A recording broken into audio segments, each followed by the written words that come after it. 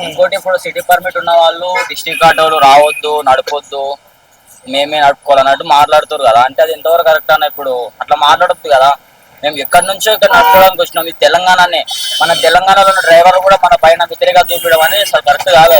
అది కానట్టు మళ్ళీ వ్యతిరేకత మా తోటి డ్రైవర్లే మా పైన వ్యతిరేకత చూపించినాక మేము ఎక్కడ పోవాలన్నా ఏం నడిపించుకోవాలి? బాగాలేదన్న ఇప్పుడైతే. మరి ఇంకోటి ఇప్పుడు వీళ్ళ వల్ల కూడా సగం ఏమంటారో ఎట్లుంటారో అని భయపడుకుంటూ వాళ్ళు తోలుకోవాల్సిన పరిస్థితి వచ్చింది ఇప్పుడు. అదో ఎట్లా మొత్తం తిండి సగం రోడ్ల పైన తింటుంటాము. మీరు చూస్తుంటారు, చులకన చూస్తుంటారు.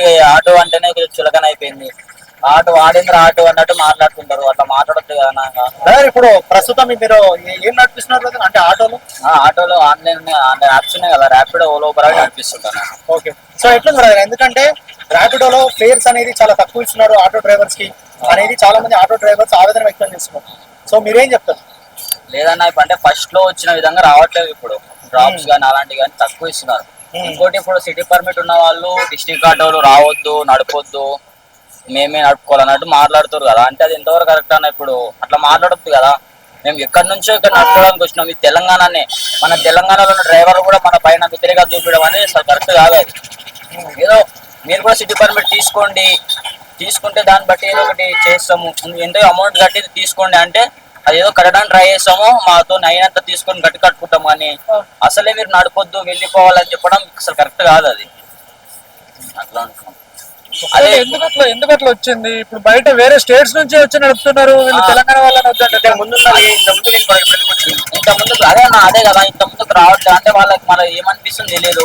అట్లా మన ఆటో డ్రైవర్స్ అయ్యి ఉండి వాళ్ళు తోటి డ్రైవర్లు అయ్యి ఉండి అలా మాట్లాడడం కరెక్ట్ అసలే కాదు. ఇంకోటి వేరే స్టేట్ నుంచి కూడా వస్తున్నారు. వాళ్ళ పైన యాక్షన్ తీసుకుంటే అవును వాళ్ళు వేరే స్టేట్ వాళ్ళు కదా, వాళ్ళ స్టేట్ వదిలి ఇక్కడ వచ్చి మాట్లాడుతారు అంటే ఏదైనా మాట్లాడడానికి వస్తుంది. అట్లా మాట్లాడకుండా చేయకుండా మన తోటి డ్రైవర్ తోటి మన తెలంగాణలో వేయండి అట్లా మాట్లాడడం బాగాలేదు. అలాగే ఇట్లానే మాట్లాడతామంటే ఖచ్చితంగా మేమందరం ధర్నా చేయడానికి సిద్ధంగా ఉన్నాం. ఆటో డ్రైవర్లు మొత్తం ధర్నా చేయడానికి ప్లాన్ చేసు ఏదైనా సరే ఎట్లయినా సరే ఖచ్చితంగా పోయి రాజ్భవన్ కాడ పోయి కూర్చుంటాము. ఆటో డ్రైవర్లు ఒక్కరిద్దరు లేరు, ఒక 10-20 మంది ఉంటే నాన్న ఏమనుకుని వస్తుంది. ప్రతి ఒక్కరు ఆటో నడిపిస్తారు. వాళ్ళ జీవనాధారమే ఆటో డ్రైవర్లు. చాలా యూనియన్లు ఉన్నాయి ఇప్పుడు. సంథింగ్ మా దాంట్లో నాకు తెలిసిన కాడికి ఒక 1000 మంది దగ్గర ఉన్నారు యూనియన్ గ్రూప్లలో. డిస్కషన్ నడుస్తుంది. ఖచ్చితంగా ఈ రోజు రేపు ఎల్లుండి వెళ్తాము, వెళ్ళి ధర్నా చేస్తాము.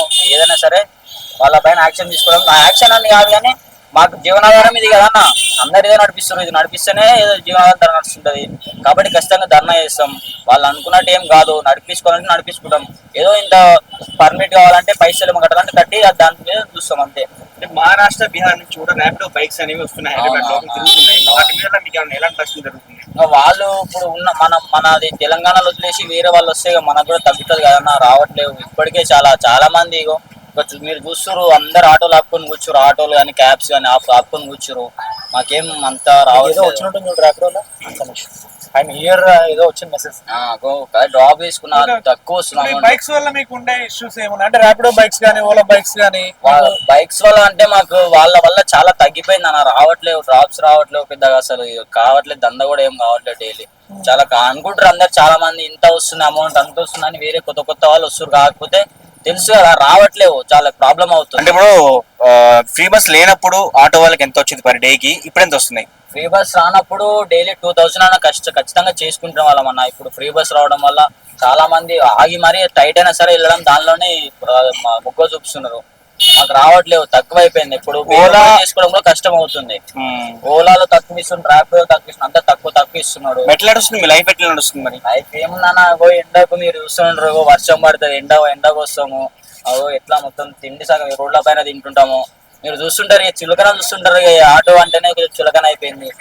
ఆటో ఆడేంద్ర ఆటో అన్నట్టు మాట్లాడుతుంటారు. అట్లా మాట్లాడొద్దు కదా. ఇంకా బాగాలేదన్న ఇప్పుడైతే. మరి ఇంకోటి ఇప్పుడు వీళ్ళ వల్ల కూడా సగం ఏమంటారో ఎట్లుంటారో అని భయపడుకుంటూ వాళ్ళు తోలుకోవాల్సిన పరిస్థితి వచ్చింది ఇప్పుడు. సో పర్ డే ఎంత సంపాదిస్తారు మీరు? ఫస్ట్ లో అంటే ఇప్పుడు ఫ్రీ బస్ లేనప్పుడు కూడా కొంచెం డైలీకి 2000 అట్లా వెళ్తుండే. కానీ ఇప్పుడు అలా కావట్లేదు అన్న. 1000 రూపాయలు కావడం కష్టం ఉంది. అంటే ఇప్పుడు ఉన్న బయట ఉన్న ఖర్చులకు, బయట ఉన్న రెంట్లకు అన్నిటికి సరిపోతే ఇప్పుడు రూమ్ రెంటే 7,000 కన్నా కింద లేదన్న. రూమ్ రెంట్లే 7,000 ఉన్నాయి. రూమ్ రెంట్లు ఉన్నాయి. మాకు తిండి ఖర్చులు డేకి 300 బయటికి వెళ్ళిపోతాయి. తినడానికి, చాయ్ తాగడానికి, తినడానికి అట్లా 300 అక్కడనే అయిపోతాయి. గ్యాస్కి ఒక 400. 700 ఇన్ని అవుతున్నాయి. మా 1500 చేసుకుంటే 700 పెట్టిన పోయిన తర్వాత ఏం సంపాదిస్తాం మనం. అది కానట్టు మళ్ళీ వ్యతిరేకత, మా తోటి డ్రైవర్లే మా పైన వ్యతిరేకత చూపించినాక మేము ఎక్కడ పోవాలన్నా ఏం నడిపించుకోవాలి. ఇలా చేసే మాత్రం ఖచ్చితంగా రాజ్భవన్కి వెళ్ళి మేము ఏదో యాక్షన్ తీసుకోవడానికి, ధర్నా చేయడానికి ప్లాన్ చేస్తున్నాం. అది ఖచ్చితంగా అవుతుంది కూడా. సో ఈ ఓలా, ఊబర్, ర్యాపిడో ఈ మూడింటిని కంపేర్ చేసుకుంటే మీకు ఏది కొంచెం మంచిగా అనిపిస్తుంది? ఒకప్పుడు అంటే ర్యాపిడో మంచిగా ఉంటున్నా, ఇప్పుడు అది కూడా అలాగే దారుణంగా తయారైపోయింది. అది కూడా వాళ్ళు కూడా అలాగే వాళ్ళు అలాగే ఇస్తున్నారు. వాళ్ళు కూడా కస్టమర్స్ గురించి ఏం చెప్తారు? కస్టమర్ బిహేవియర్ ఎలా ఉంటుంది? కస్టమర్ మాతో మంచిగా మాట్లాడతారు అన్న, వాళ్ళు అర్థం చేసుకుంటారు. కస్టమర్లతో తప్పు అసలు ఏముంటది, వాళ్ళు మా పైన మంచి ప్రేమతోనే మాట్లాడతారు, మంచిగానే మాట్లాడతారు. వాళ్ళు ఒక 10 రూపాయలు ఎక్కువ చేయడానికి కూడా ట్రై చేస్తారు మా ప్రవర్తన, బిహేవియర్ చూసి. అంతేగాని వాళ్ళతో ప్రాబ్లం ఏం లేదు. మాకు వాళ్ళతో ప్రాబ్లం లేదు, మంచిగా ఉంటారు వాళ్ళు. మీ సైడ్ నుంచి ఒక్కొక్కసారి విపరీతంగా క్యాన్సిల్స్ అవుతా ఉంటాయి, ఎందుకు? దాని రీజన్స్ ఏముంటాయి? కస్టమర్స్ బాగా ఇబ్బంది పెడతారు, నిజమా కాదా? క్యాన్సలేషన్స్ అంటే ఇప్పుడు అట్లా ఎట్లా అంటే మాకు ఒక 10 రూపాయలు వచ్చే కాడ ఇంకొక ఆయన ఇంకా ఇది 50 రూపాయలు ఇస్తా అంటే కొంచెం అచ్చడి వెళ్తాం కానీ అట్లా ఆ టైంలో క్యాన్సలేషన్ జరుగుతాయి. అట్లా అంతే, ఒక 10 రూపాయలు ఎక్కువ కాడ క్యాన్సలేషన్ జరుగుతాయి అంతే. ఇంకేం ఫైనల్ గా ఏం చెప్తారు బ్రదర్? ఏం లేనా, అందరు కూడా మంచిగా కొంచెం సంపాదించుకోవాలి, బతకాలని అనుకుంటారు. ఇట్లా ఇప్పుడు ఆటో వాళ్ళని వ్యతిరేకించి మాట్లాడడం అది కొంచెం మంచిగా అనిపించట్లేదు ఎవరు కూడా. అట్లా చేయొద్దని అనుకుంటున్నాను. అందరూ మనోళ్ళే కానీ, అందరు తెలంగాణ వేరే స్టేట్ వాళ్ళు ఏం కాదు, వేరే వాళ్ళు ఏం, అందరు మనోళ్ళే కాబట్టి మనం కొంచెం మాట్లాడుకుంటే బాగుంటుంది. థ్యాంక్స్.